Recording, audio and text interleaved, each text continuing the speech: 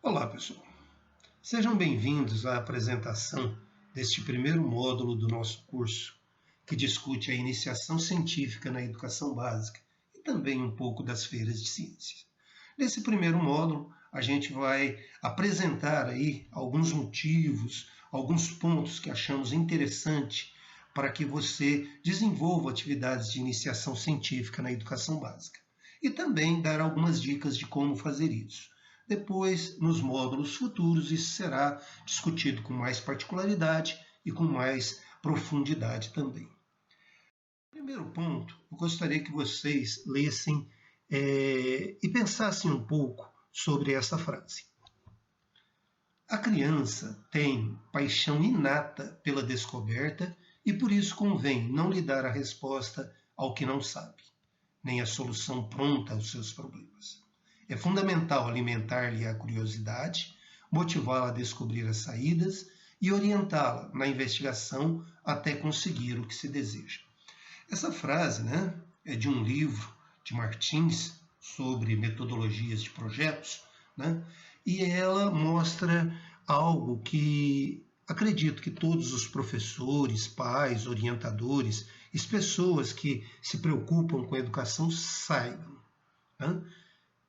As crianças, os jovens e os adolescentes, eles são curiosos por natureza. Onde que eles focam essa curiosidade? Esse é o problema que nós, professores orientadores, devemos pensar em conduzir da melhor forma possível. As novidades tecnológicas, redes sociais, celulares, estão aí por toda a parte. E elas fazem com que os estudantes, muitas vezes, procurem informações, justamente pela curiosidade que possuem, e essas informações sejam de natureza muito rápida, que não tenham profundidade, que não concentram conhecimentos, não agregam conhecimentos, não levam a um desenvolvimento socioemotivo importante. Então, nós, professores, temos uma responsabilidade de tentar colocar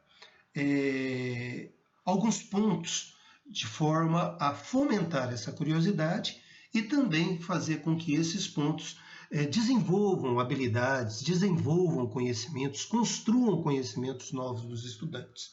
Inclusive, que os motive não só àquele conhecimento, mas, a partir desse conhecimento inicial, busquem outras informações. Daí o título, Aprender a aprender. Como fazer isso? Como fazer com que os jovens, os adolescentes, as crianças aprendam a buscar novas informações? E, mais importante, que sejam informações que agreguem conhecimento, que façam com que eles se desenvolvam tanto socialmente, como emocionalmente, como cognitivamente. Bem, baseando nisso, nós temos aí uma discussão sobre alguns documentos oficiais que nos dão alguns indicativos de como fazer isso. O primeiro eu trago aqui são as diretrizes curriculares nacionais do ensino médio. Apesar de estarem focadas aqui nesse nível de ensino, que é o ensino médio, elas também podem ser aplicadas em outros níveis, tanto no ensino infantil, como também no ensino fundamental e até no ensino superior. Mas aqui eu friso 2 pontos, nesse artigo 5º das diretrizes curriculares, o seguinte: o ensino médio, em todas as suas modalidades de ensino e suas formas de organização e oferta, além dos princípios gerais estabelecidos para a educação nacional no artigo 206 da Constituição Federal e no artigo 3º da LDB, apenas informações normativas superiores, que é a Constituição e a Lei de Diretrizes e Bases, será orientado pelos seguintes princípios específicos. Tem mais princípios, mas eu coloquei esses 2 aqui que eu acho fundamental para a nossa discussão. Formação integral do estudante, expressa por valores, aspectos físicos, cognitivos e socioemocionais. E o terceiro item, né, que seria pesquisa como prática pedagógica para inovação, criação e construção de novos conhecimentos. Primeiro, essa ideia de formação integral, né? Às vezes, né, a escola é cobrada de uma forma muito incisiva pela sociedade, né, a respeito da formação dos estudantes, né? Então, muitas vezes o professor ele fica numa linha tênue, né, sobre o que ele deve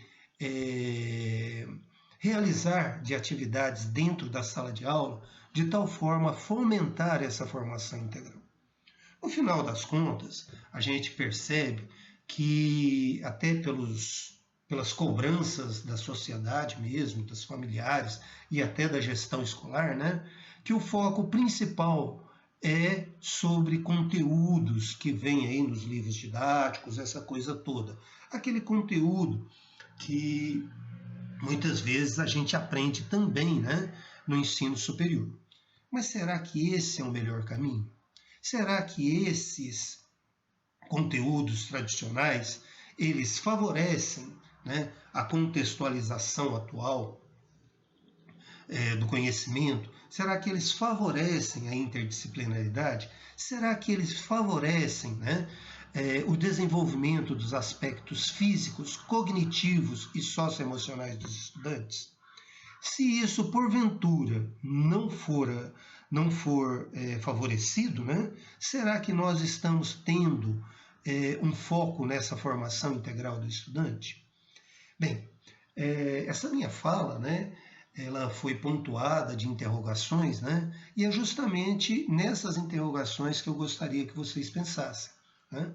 Até que ponto nós, professores, né, temos atuado de forma a favorecer essa formação integral do estudante, principalmente nos aspectos físicos, cognitivos e socioemocionais. Será que aquele foco nos conteúdos disciplinares é suficiente para isso? Muito bem. Bem, o segundo ponto aqui, que é esse item 3, né, desse artigo 5º, fala que a pesquisa como prática pedagógica para inovação, criação e construção de novos conhecimentos. Isso não é uma coisa nova.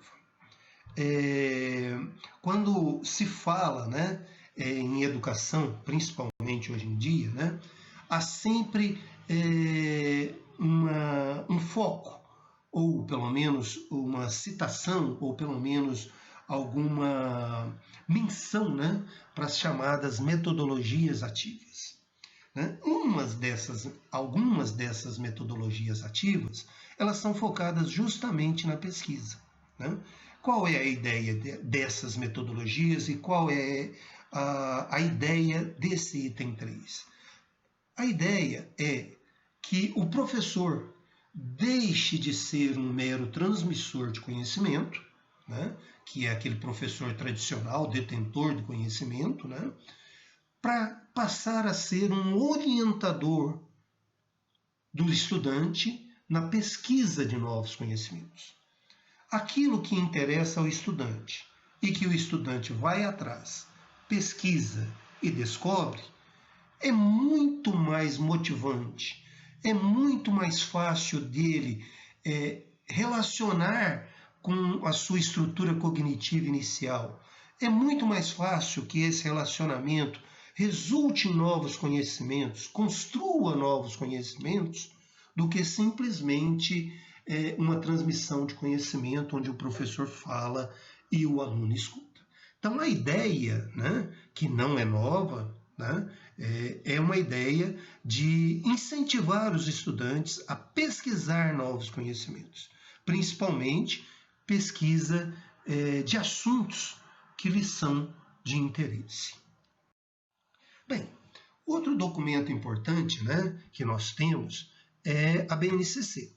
A Base Nacional Comum Curricular, né, ela traz bem no seu início 10 competências gerais. Lembrando que essas competências gerais são válidas para toda a educação básica, tá certo? ensino infantil, ensino fundamental, tanto em anos iniciais como anos finais, né? E ensino médio. E vocês vão ver que a maioria, ou se não todas, dessas competências gerais, elas permitem com que você desenvolvam, como vocês, no caso, professores, né, possam desenvolver atividades onde os estudantes são ativos dentro do seu processo de aprendizagem. Inclusive, dentro dessas atividades, o desenvolvimento de projetos, a resolução de problemas, a resolução de questionamentos, né? Ou seja, atuando, né, de forma a utilizar metodologias ativas de ensino. Então vamos lá, né? A primeira competência geral, né, é o conhecimento, né? Então a BNCC fala que as atividades de ensino devem valorizar e utilizar os conhecimentos sobre o mundo físico, social, cultural e digital. Para quê? Para entender e explicar a realidade, continuar aprendendo e colaborar com a sociedade. Então, nada mais do que fazer com que o estudante, né, utilize o conhecimento que ele está tendo ou que ele está buscando dentro da escola, né, para compreender o mundo físico, o mundo social, o mundo que está à sua volta. A segunda competência geral, né, pensamento científico, crítico e criativo, né? Aqui sim, aquele item, né, da pesquisa como a pesquisa como conhecimento pedagógico, como princípio pedagógico, né? Está aqui nesse item 2. Né? Então, vamos fazer pesquisas científicas, vamos utilizar a criatividade, exercitar a curiosidade intelectual e utilizar as ciências com criticidade e criatividade.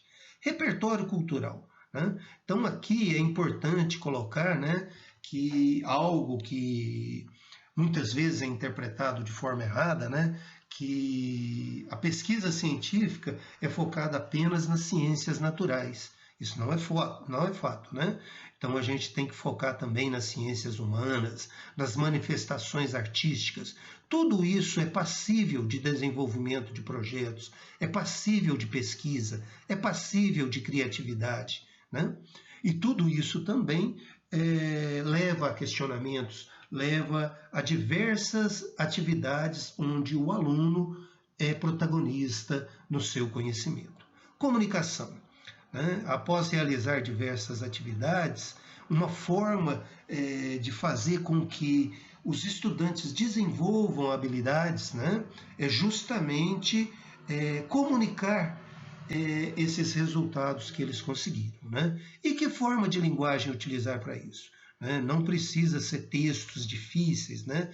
Você pode fazer vídeos, uso de blogs, uso de postcards, enfim, diversas outras coisas. Aqui dentro da comunicação se liga também a cultura digital, né?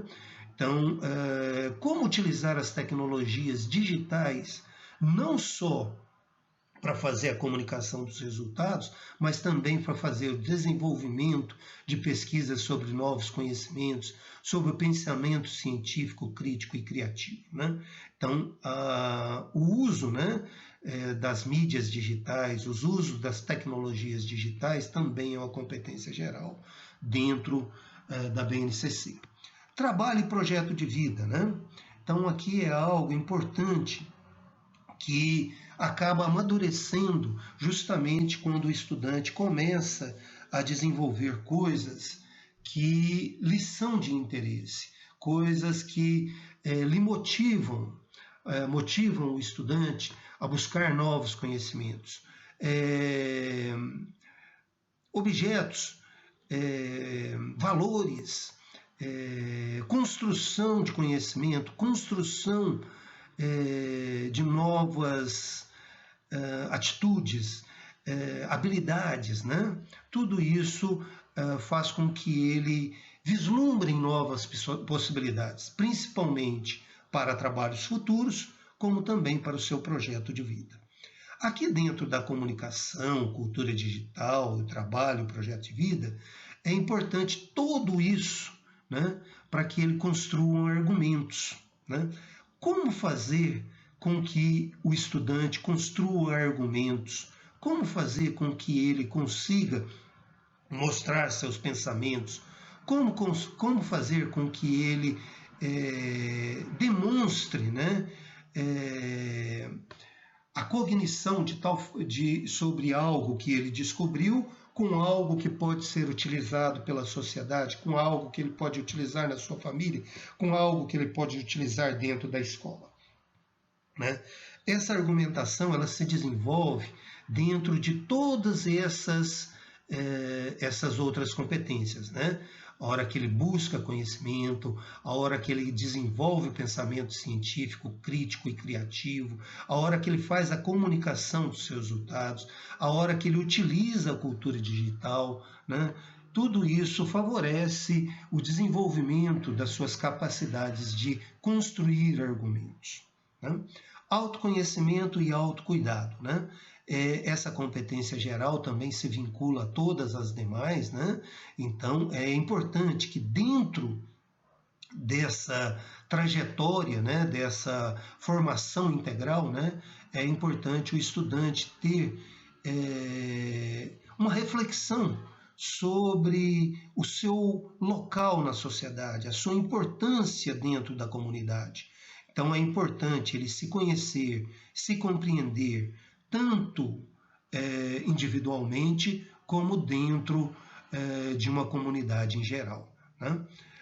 A empatia, a cooperação, né? A maioria dos trabalhos que a gente está falando aqui, eles podem ser desenvolvidos de forma cooperativa, de forma a envolver outras pessoas, né? Então, essa busca pelo conhecimento, né? Ela é importante que não se dê de forma solitária, né? Então, isso deve ser também incentivado na educação básica. E tudo isso, né, para que resulte, né, num aumento, numa responsabilidade, da sensação que ele tem sobre uma responsabilidade como cidadão dentro da sociedade. Então é importante a gente pensar nessas 10 competências gerais e como fazer com que isso apareça, né, dentro da educação básica. Uma possível resposta, logicamente não única, né, estaria justamente no uso de metodologias ativas. E algumas dessas metodologias ativas envolvem justamente o desenvolvimento de projetos, a busca de questionamentos, a busca de resposta para questionamentos, né, e também a pesquisa. Bem, então aqui, né, um texto de Zomper e Labru, né, onde fala sobre o ensino por investigação. Então, quando a gente for falar aqui de ensino por investigação, né, às vezes a gente simplesmente troque isso tudo por atividades investigativas, né? Então, essas atividades investigativas, elas não têm um modelo único, né? Às vezes elas são descritas como ensino por descobertas, aprendizagem por projetos, questionamentos, resolução de problemas, ensino por pesquisa, né? E por aí vai. Essa perspectiva de ensino, né, ela busca o aprimoramento do raciocínio e das habilidades cognitivas dos estudantes, além da cooperação entre eles e, se possível, né, possibilitar a compreensão da natureza do trabalho científico, principalmente da importância do desenvolvimento científico. Algumas observações importantes antes de irmos mais além. A pesquisa na educação básica não necessita necessariamente de práticas de laboratório em muitos equipamentos. Isso é algo que às vezes vem, né, como um empecilho para que os professores, os orientadores, não desenvolvam atividades de investigação na educação básica. Nós não temos laboratório na escola, nós não temos equipamentos. Como desenvolver isso? Bem, você pode pesquisar várias coisas né, dentro da própria escola, no bairro. Você pode pesquisar várias coisas na comunidade que cerca, né? Então, há uma enormidade de exemplos para isso, né? Você pode pensar, por exemplo, numa pesquisa simples sobre consumo de água na comunidade, né? Os alunos trazem aí as contas de água que pagam nas suas residências, e a partir disso você vai formando perfis de consumo, né? Então, isso é uma atividade de pesquisa, né? Você vai, dentro dessa perspectiva, né, levar a contextualização do consumo de água que hoje existe nas cidades, né? Ou mesmo que não seja nas cidades, né? Também na zona rural, como consumo de água para irrigação, consumo de água para alimentação dos animais e por aí vai, né? Além de colocar isso numa perspectiva muito importante, que é o aluno produzindo o próprio conhecimento, né? Então, isso é para dar um exemplo simples, né? Agora, existem outros exemplos: consumo de energia, aquecimento global, plantio de árvores, desenvolvimento de doenças, vacinação, enfim, todos esses exemplos que eu cito são exemplos que estimulam a contextualização e a interdisciplinaridade. Não necessitam de práticas de laboratório e nem de muitos equipamentos. Segundo ponto, a ciência desenvolvida na educação básica não é necessariamente a ciência desenvolvida nos centros de pesquisa. Bem, começa aí justamente pelos objetivos, né? O objetivo de desenvolver ciência, ou desenvolver projetos de pesquisa, ou desenvolver atividades investigativas na educação básica, não é, em nenhum momento, produzir conhecimentos de ponta, conhecimentos científicos que vão impactar toda a sociedade. Isso acontece, viu? Nós temos alguns exemplos aí que garotos, estudantes da educação básica que iniciam pesquisas, e essas pesquisas acabam resultando, né, em inovações tecnológicas interessantes, né? Mas o objetivo principal é o ensino, o desenvolvimento cognitivo dos estudantes. Isso é que tem que estar como objetivo principal dessas atividades. Pensem primeiramente nos estudantes. Vamos fazer atividades que estão de acordo com o nível cognitivo dos estudantes, tá certo? Então vamos primeiro começar por aí. Depois a gente vai vendo onde que isso leva. Terceiro ponto. Os temas de pesquisa não se baseiam em uma única disciplina e em uma única atividade, podendo ou não serem avaliados formalmente. Então, novamente aqui, né, a ideia de contextualização e interdisciplinaridade. Vou fazer aí um tema de pesquisa sobre eletromagnetismo, um professor de física, e ele foca só em eletromagnetismo. Vamos pesquisar o início do eletromagnetismo, o eletromagnetismo e por aí vai. Ou, sei lá, dentro da biologia, né, vou focar sobre a botânica, né, e começa a pensar só em botânica e vai. Ou dentro da química, né, tabela periódica e por aí vai.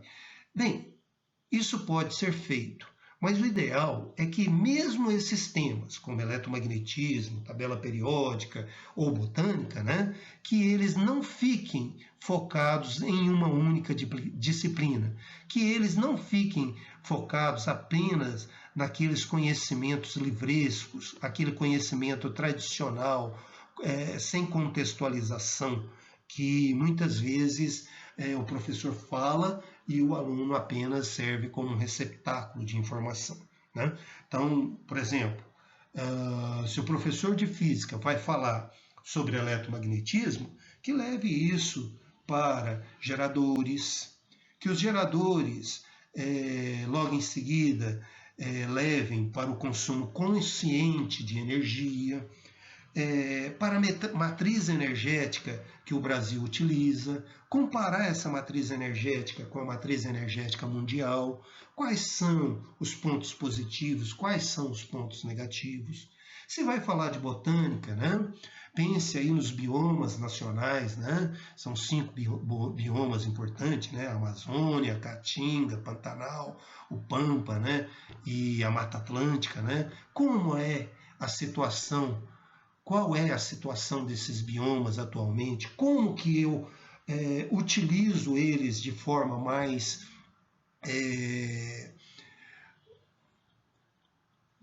crítica ou de forma a não reduzir, de forma a não degradar esse bioma, né?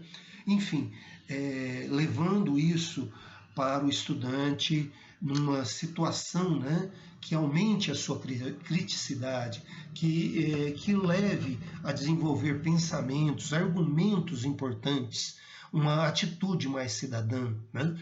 Se for falar da tabela periódica na química, né, qual é o contexto histórico dessa tabela periódica? Qual que é a importância das descobertas e do uso consciente dos recursos minerais, dos recursos naturais, né, que estão ali representados naquela tabela periódica, e por aí vai.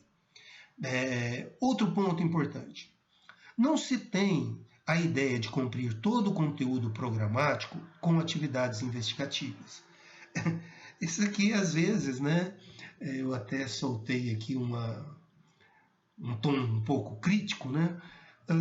É difícil hoje em dia nós termos, dentro da educação básica, uma definição exata, né, do que seria o conteúdo programático para uma determinada série. Além de ter uma dificuldade para definir de forma exata esse conteúdo mínimo programático, né, uma vez ele definido, será que todo o professor consegue cumpri-lo de forma integral? Então, isso é algo que a gente tem que pensar como professor e orientador, né, antes de pensar um pouco mais sobre esse item, né? Se nós já temos essa dificuldade, é recomendável, ou pelo menos que a gente pense a cumprir todo esse conteúdo programático com atividades investigativas? Esse é o questionamento. Ou até um outro questionamento, né? As atividades investigativas, elas ocupam um espaço, às vezes, um pouco maior, e na visão simplória, acaba diminuindo o tempo, né, para que se cumpra o conteúdo programático. Se for pensar por esse lado, você, como professor e orientador, já pensou nas dificuldades do cumprimento de todo esse conteúdo programático? Será que desenvolver alguma atividade investigativa, mesmo que ocupe um espaço um pouco maior, não seria mais vantajoso para aquela formação integral lá que as diretrizes curriculares e a BNCC apontam, do que simplesmente ficar reproduzindo conhecimento na frente dos alunos para que eles de alguma forma escutem e fiquem ali pensando a respeito daquilo e logo em seguida esqueçam? Enfim, esses pontos são importantes, né? A nossa visão, né, é que esse uso das atividades investigativas, ela não se pode ter com isso a ideia de se cumprir com todo o conteúdo programático, mas que elas são importantes e devem estar presentes, né, dentro da programação aí de algumas atividades de ensino. Outro ponto, né? As atividades investigativas devem ser condizentes ao nível educacional dos estudantes e aos objetivos traçados, né? Então, eu retomo aquele objetivo, né? O objetivo principal da educação, né, é o desenvolvimento integral dos estudantes, desenvolvimento físico, desenvolvimento socioemocional e desenvolvimento cognitivo, né? Então a gente tem que pensar nisso. E a hora de programar e desenvolver as atividades investigativas, quais atividades investigativas ou quais temas que eu vou colocar, né? Então, em cima disso, né, é que a gente deve pensar nos temas, no nível que a gente vai exigir e avaliar esses estudantes, né? E, principalmente, ter os objetivos bem definidos e traçados antes de desenvolver essas atividades. Bem, aqui, né, alguns pontos que eu falo que a gente deve pensar, né, na hora de desenvolver essas atividades investigativas. Não há um consenso e nem um modelo fechado para o desenvolvimento dessas atividades investigativas, né? Então, aqui eu trago 5 modelos, né, diferentes, e você pode usar um deles, pode usar vários deles, podem usar um em uma turma, outro em outra, né? Então, não existe uma receita de bolo, né? Nós podemos desenvolver atividades investigativas utilizando um único tema para uma turma toda, e a turma desenvolve em conjunto o trabalho. Então, sei lá, vou falar sobre os biomas, né? Então, eu coloco lá o tema biomas nacionais, né? E dentro desse tema, né, a turma toda trabalha, pesquisa, trazem informações e por aí vai. Você faz a atividade investigativa sobre o tema bioma, tá? Então, essa é uma forma de trabalho. Uma segunda forma de trabalho, um tema para a turma toda, mas a turma desenvolve o trabalho em grupos separados, obtendo vários resultados. Então, você divide a turma em grupo, né? O tema é um só, pode ser lá o bioma, pode ser o eletromagnetismo, do mesmo jeito. Só que os grupos vão trabalhar separadamente. Você vai ver que nesse ponto, né, os resultados são diferentes. Então, um grupo foca em um determinado assunto, outro tem um assunto um pouco diferente, e por aí vai. Então, aqui, eu acho que os resultados são melhores, justamente porque depois favorece o compartilhamento e a discussão dos resultados, né? Mas, enfim, tudo isso vai de como o professor ou orientador sente, né? Tem o feeling da turma, né? Uma outra forma de trabalho. Vários temas para uma turma, e a turma desenvolve os trabalhos em grupos separados. Talvez o tema central pode ser único, biomas. Aí você desenvolve a turma em 5 grupos, né? E aí um desenvolve, por exemplo, sobre a Caatinga, outro desenvolve sobre a Amazônia, outro desenvolve sobre o Pantanal, outro sobre o Cerrado, outro sobre o Pampa, outro sobre a Mata Atlântica, e por aí vai, né? Então, você tem aqui, né, o trabalho em grupos separados com subtemas de um tema geral. Mas também pode ser até também temas diferentes, né? Você pode, sei lá, um trabalha com física, outro trabalha com química, outro trabalha com, sei lá, português, ou até matemática, ou até geografia, né? Não é necessário, né, é importante frisar, que se foque apenas em ciências naturais, tá? Uma outra forma de trabalho, né? Trabalha com grupos diversos dentro da escola, sugerindo clubes de ciências e ou pesquisa.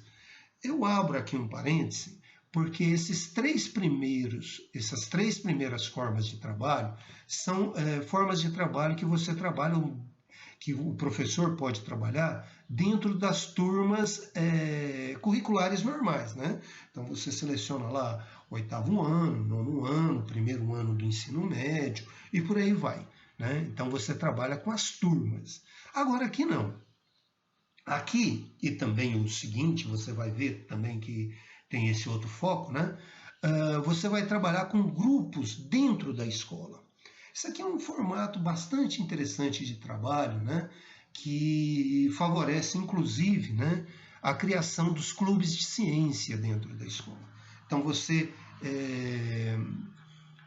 pode selecionar alguns estudantes, né, convidando-os ou mesmo colocando cartazes na escola, de forma a trabalhar dessa forma com eles, separadamente.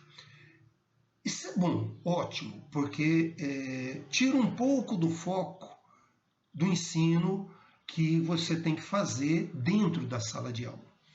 Mas, ao mesmo tempo, né,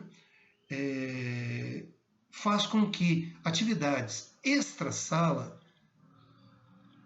passem a ser desenvolvidas.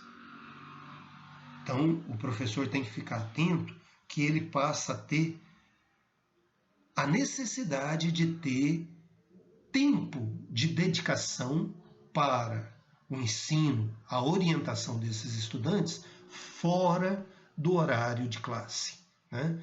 Então, isso tem algumas secretarias de ensino, né, que já prevêem isso e coloca isso na grade do professor, mas tem outras que não, né? Então é necessário que o professor fique atento a isso. Agora, é importante também frisar que dentro dessa perspectiva, os resultados são muito satisfatórios, porque os estudantes começam a desenvolver sem pensar em nota, né? Eles não têm aquele requisito de trabalhar para buscar a nota. Ele trabalha para a busca do conhecimento, para a busca do desenvolvimento cognitivo. Ele trabalha para o aprendizado. Então, isso é muito importante, né? Você pode também fazer dessa forma, mas trabalhar com esses estudantes separadamente. Então, monta os grupos e trabalha com eles separadamente, sem formalizar clubes de ciências ou clubes de pesquisa. Então, é muito similar, mas de forma separada. Nesses dois últimos, é importante que o professor, antes de iniciá-los, né, tenha ciência que vai exigir um tempo maior de dedicação. Bem, a partir desse ponto, né, de alguma forma, iremos discutir algumas dicas sobre como fazer isso dentro da escola. Não existe, volto a repetir, não existe um formato fechado para que você desenvolva essas atividades de pesquisa na educação básica, essas atividades investigativas na educação básica. Então, isso que nós iremos discutir, é apenas algumas sugestões, né?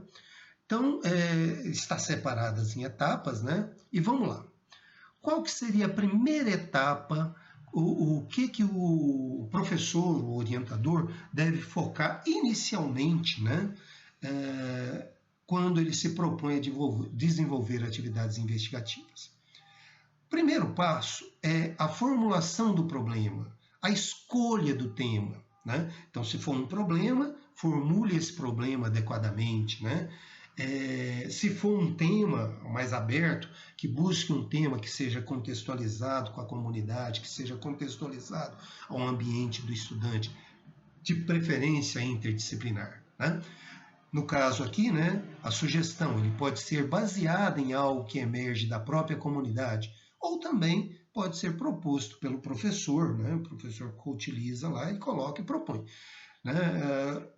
Esse grau de liberdade, né, depende muito do sentimento do professor em relação à dedicação do estudante, né? Aqueles dois últimos pontos lá, onde você monta os clubes de ciência ou trabalha com grupos de estudantes separadamente, né? É mais fácil para que o estudante ache o tema que ele queira pesquisar.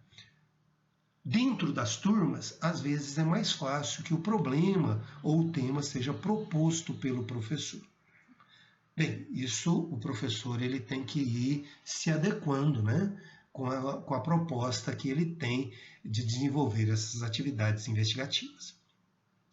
Importante fazer uma coleta das informações espontâneas que os estudantes possuem. Então, os estudantes, né, nesse primeiro momento, né, eles trazem muitas informações, né? Algumas são as concepções espontâneas que eles têm, né? Alguns conhecimentos que eles construíram ao longo da vivência deles, né? Tanto familiar como educacional, como na comunidade, enfim. Né? Algumas são corretas, outras não. Agora, é importante que o professor faça essa coleta dessas informações. Né? Não desprezem essas informações, justamente para que elas sejam comparadas deste início, né, ao final ao final do trabalho, né? Então, lá no final do trabalho, ele busca novamente essas informações e fala: vocês pensavam assim, isso se confirmou, isso modificou, isso se alterou, isso se aprofundou, enfim, né? O professor ou orientador, né, ele deve refinar o tema e montar uma pergunta guia. Né? Então, se for um problema, né, que esse problema tenha uma pergunta clara, né, que essa pergunta guie as atividades investigativas que os estudantes vão realizar. Importante que esse tema e essa pergunta não seja de fácil solução, para que não desmotive os estudantes, mas que também não tenha, né, uma dificuldade imensa que ultrapasse o nível de conhecimento dos estudantes. Ele deve ser adequado ao nível de conhecimento cognitivo dos estudantes. Importante, né? Todos esses pontos, né, devem ser objeto de um registro em um portfólio ou um diário de bordo. Esse registro ele pode ser escrito, ele pode ser digital, né? Só que é importante deixar bem claro que o professor ou orientador ele deve reservar pelo menos uns 10 minutos, uns 15 minutos finais para que o estudante faça isso e cobre isso do estudante, para que ele faça naquele momento. Às vezes a gente, naquela rapidez ali, acaba o nosso tempo, você fala, você faz isso depois. Esse depois às vezes não acontece. Durante essa trajetória que eu tenho acompanhando algumas atividades investigativas, inclusive realizando algumas, né, eu vejo que uma grande dificuldade é justamente nesse ponto, no registro dessas atividades. Isso não é só no ensino fundamental, no ensino médio, no ensino infantil. Isso acontece também no ensino superior. Os estudantes, principalmente devido a essa facilidade, né, de tecnologias hoje que existe, né, eles muitas vezes desaprenderam a escrever. Então é difícil que eles tenham a habilidade de escrita. Como desenvolver a habilidade de registro e de escrita? Somente registrando e escrevendo. Então, cobrem isso dos estudantes. Não façam essas atividades para eles. Reservem 5, 10 minutos no final, sempre para que eles façam isso num bloco de notas no celular, num caderno de registro, sei lá, em um arquivo em nuvem, né? Muito comum aí no Google Drive e por aí vai. Mas façam isso, cobrem isso do estudante, acompanhem isso. Isso é um ponto importante e que favorece muito o desenvolvimento de habilidades cognitivas, de comunicação, de registro, de argumentação para os estudantes. Uma segunda etapa, né? A pesquisa bibliográfica e o planejamento do trabalho. Então, feito lá a definição do tema, a definição da pergunta e por aí vai, né? O registro também das concepções espontâneas que os estudantes têm, né? Eles vão partir para pesquisas, né? Onde fazer essas pesquisas, né? Aqui eu coloquei, né, fontes seguras e confiáveis, né? Então, os estudantes vão lá, primeiro local onde eles pesquisam é Google, né? Então, abre lá a página do Google, digita lá alguns algumas palavras, né, e fazem a pesquisa. Vai aparecer diversas fontes. Normalmente aparece Wikipédia, as primeiras ali são Wikipédias, né, e por aí vai. Wikipédia é uma fonte segura? Às vezes sim, às vezes não. Então a gente tem que tomar cuidado. Só essas fontes iniciais são suficientes? Bem, isso o orientador e os estudantes é que vão analisar à medida que o trabalho vai desenvolvendo. Então, essa pesquisa bibliográfica inicial, ela é importante para fazer um sobrevoo inicial sobre o tema, mas agora não somente pelas concepções espontâneas, mas também com outras fontes, com outras informações que antes não haviam sido apontadas, né? A partir dessas informações, pode-se fazer paralelamente o levantamento de hipóteses, né? Quais seriam as possibilidades de resposta dessa pergunta?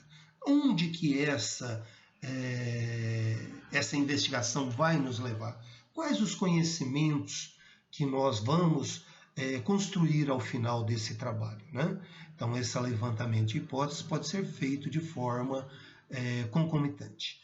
E, importante, novamente, fazer o registro de todas essas informações, né? Então, normalmente, como que é feito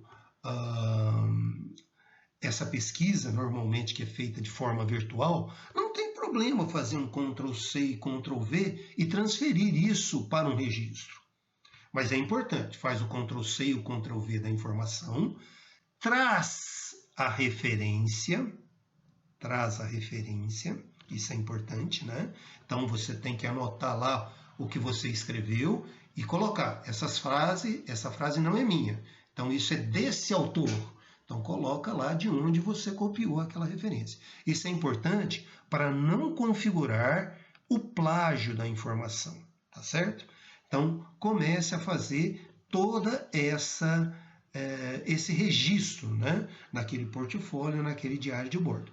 Importante aqui, né, vai fazendo esse registro e aí você fala, mas ele está fazendo Ctrl+C, Ctrl+V. Bem, o Ctrl+C e o Ctrl+V, né, ele é complicado, mas peça então para o aluno fazer esse Ctrl+C e o Ctrl+V e depois colocar uma frase dele, sob a opinião dele, a respeito daquilo que ele copiou. Se ele faz isso, né, ele começa a construir aquela capacidade de argumentação, aquela capacidade de crítica. Ele começa a formular relações entre aquilo que ele está pesquisando e aquela pergunta que ele tem que responder, ou aquele tema que ele tem que desenvolver, né? Depois, você vai definir como e quando será realizada a coleta de informações mais aprofundadas, né? Então, é necessário um desenvolvimento de um instrumento de pesquisa, um questionário? É necessário somente pesquisa bibliográfica? Como que eu vou aprofundar essas informações iniciais que eu tenho, né? Então, aí você vai definir como e quando isso vai ser realizado. Feito isso, né, você vai fazer também, a partir dessas informações que eu vou coletar, ainda não coletei, né, essas informações mais aprofundadas, como que elas serão analisadas, né? Então, se eu for fazer apenas uma pesquisa bibliográfica, eu vou anotar essa pesquisa e depois fazer um esquema, fazer um resumo, ou fazer um texto próprio, né? Se for um questionário, né, esse questionário eu vou apresentá-lo em formato de medidas estatísticas, ou eu vou apenas classificar as respostas a partir das que são importantes para a resposta da minha pergunta? Enfim, né, tudo isso daqui é o que a gente chama na pesquisa de metodologia de trabalho, né? Então, esse planejamento é o desenvolvimento da metodologia. Aqui eu faço para a coleta das informações mais aprofundadas, que seria a etapa 3, né?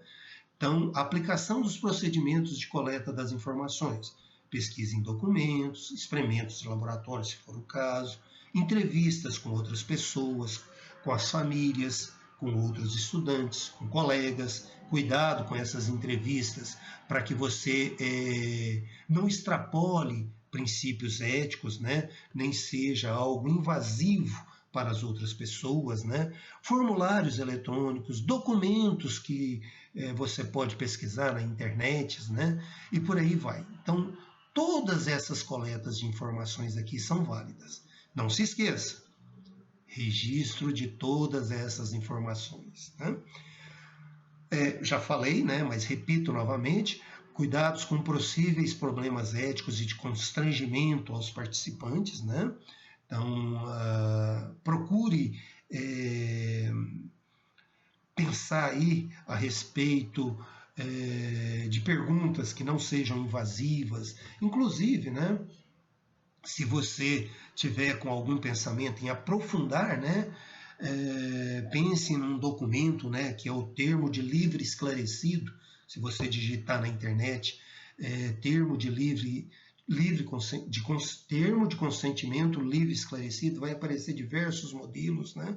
Então pense em fazer um documento desse modelo para que a pessoa que vai responder, às vezes, uma pesquisa dê esse consentimento prévio, né? Então, são coisas que a gente tem que pensar. Não se esqueça de fazer o registro disso tudo para que, em seguida, faça as análises, que é a etapa 4, né? A análise dessas informações. Tá? Então, você vai ter aí uma quantidade de análises, uma quantidade de informações, analise essas informações e tente. Importante, né? Que às vezes a gente chega nessas informações e esquece que existe lá um objetivo inicial, um tema inicial, existe uma pergunta inicial, né? Então, como que essas informações respondem a essa pergunta inicial? Então, retome aquela pergunta inicial e elabore uma resposta para ela, né? Lembrando sempre que deve-se fazer o registro disso sempre, né? Então, nessa etapa 4, organizar e categorizar os dados usando tabelas, gráficos, outras formas de representação que facilitem a compreensão. Verificar os resultados com aquela pesquisa bibliográfica que você fez, com as hipóteses que você fez. Então, traga novamente aquelas concepções espontâneas, traga as hipóteses. Elas foram confirmadas? Elas foram rejeitadas? Aprofundamos os conhecimentos que nós tínhamos? Criamos novos conhecimentos? Né? Então, isso é importante. Coloque tudo isso como objeto de registro. Montar uma conclusão, né? Responda aquela pergunta inicial, né? Responda aquele objetivo inicial, né? E, por fim, verifique possíveis dificuldades que teve no meio do caminho, coloque também aqui no registro, né? Outros trabalhos que podem originar a partir disso. E, por fim, uma etapa 5, que eu acho importantíssima, principalmente para que esse conhecimento, né, crie raízes mais fortes na estrutura cognitiva do estudante, né? O estudante deve, de alguma forma, fazer a comunicação desses resultados, né? Precisa ser em uma feira de ciências? Bem, não é necessário, depende daqueles objetivos inicial, mas faça, de alguma forma, atividades para que ele comunique esses resultados, seja para a própria turma, seja para turmas outras da escola, seja para a própria escola, seja para a família, que construam um documento, que esse documento, se possível, seja publicado, que ele escreva, né? Então, todas essas atividades vão favorecer a comunicação, o desenvolvimento de habilidades de comunicação, o desenvolvimento de habilidades de cognição, o desenvolvimento de habilidades de construção de argumentos pelos estudantes. Tá?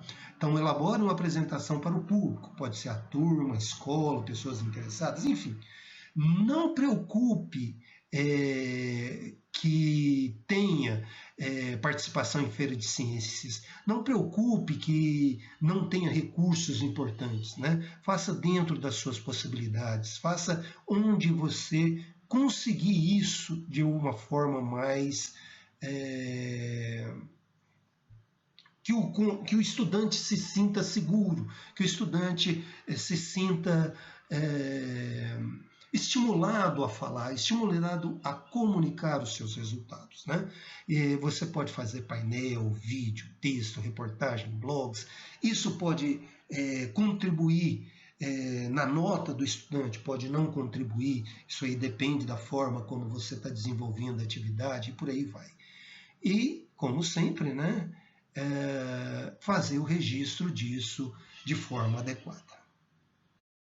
Bem, eu finalizo aqui, né, a nossa apresentação e deixo esse link aí dessa revista em quadrinhos que é feita pelo grupo da Universidade Federal Rural do Semiárido, lá do Rio Grande do Norte, né, que desenvolve uma feira de ciências lá, Ciência para Todos, no Semiárido Potiguar, no Rio Grande do Norte. Tá?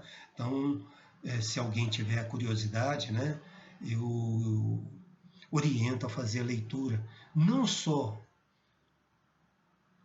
de vocês, professores e orientadores, né, mas também para os estudantes. Repasse esse gibizinho aí para os estudantes. Você vai ver que vão ter vários estudantes interessados em desenvolver atividades investigativas. Bem, eu fico por aqui. Muito obrigado pela atenção. Um abraço a todos.